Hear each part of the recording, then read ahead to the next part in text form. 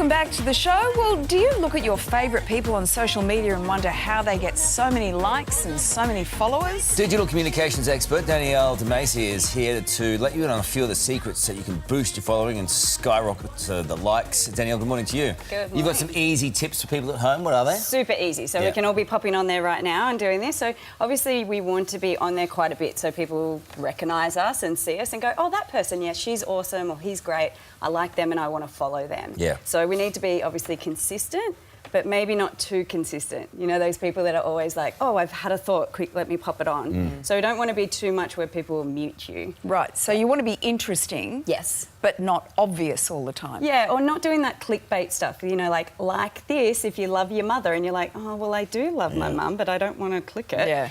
Yeah, and also understanding that, you know, the platforms pick those out in their algorithm and they just pretty much mute you yourself, so it's pointless to be doing Some posts people like that. really don't get it, do they? No. But what are they trying to get? I mean, attention, I think. Yeah. You know those people that it's like, oh, terrible day. Oh, I can't believe the conversations I had today. And you're like, look, tell me the story or take a seat. And there's a right time to post to get the most impact. For sure. Generally, they say like when people are like eating breakfast or travelling to work in lunch breaks when they're trying to distract themselves at 3 o'clock in the afternoon, and then again around 6:30. But that's general. So if you're really going for instance, the new mum market, then their hottest times is like 2 o'clock in the morning when they've got nothing else to do and they're breastfeeding and they're kind of scrolling on their phone in the middle of the night. So, you know, you don't want to be going for the corporate market at 2 o'clock in the morning. Yeah. It's just knowing about who you want to talk to and where are they, what are they doing. Yeah. What is the best way to use a hashtag? Oh, like to use them. That's like the best way.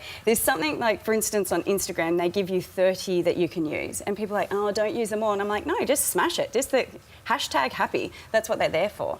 But a lot of things... Lisa loves a hashtag. I love a good hashtag. I don't mind a hashtag. Yeah, but quietly. you can hide them. Like, so people put their little comment and go, oh, look at my puppy, so cute. Then they're like, hashtag puppy love, hashtag inspo, hashtag, you know, all those things. So hide it in a comment. So do your post and then make a separate comment because then it all gets hidden in there. Just explain, if you can, how a hashtag helps you to reach new people outside of your network. Great, yeah, it's a great point. So a lot of people don't understand what the hashtag is. My brother-in-law still calls it a pound sign, which is cute, or the thing that you do noughts and crosses with. And all it does is categorises a conversation. So if you're looking for, let's say you go for, you know, the Sydney Roosters, for instance, and you want to see what everyone's talking about or posting about the Sydney Roosters, then you just click on the hashtag Sydney Roosters and it just categorises everything within that. Or, you know, if you want to look at Fitspo or morning inspiration or sunrises, it just puts everything in that basket nice and neat for you. What about the correlation between, I mean, this is for people who want to actually make business out of it. Yes. The correlation between the successful post and sales. What is the most effective way if people want to make money out of it? Yeah, great. It's a really good point. And it's absolutely an industry now that we're seeing a lot of people being really successful on, which is great. But you have to know who you are and who your market is and what they need and then communicate for them rather than just putting everything out to be like a post being like, oh, look at my new shampoo, and then hoping that that person sponsors you and so forth. But if you've got something to say and people want to hear it, then there'll be companies and businesses that will sponsor your message around that. So what's a good image to post?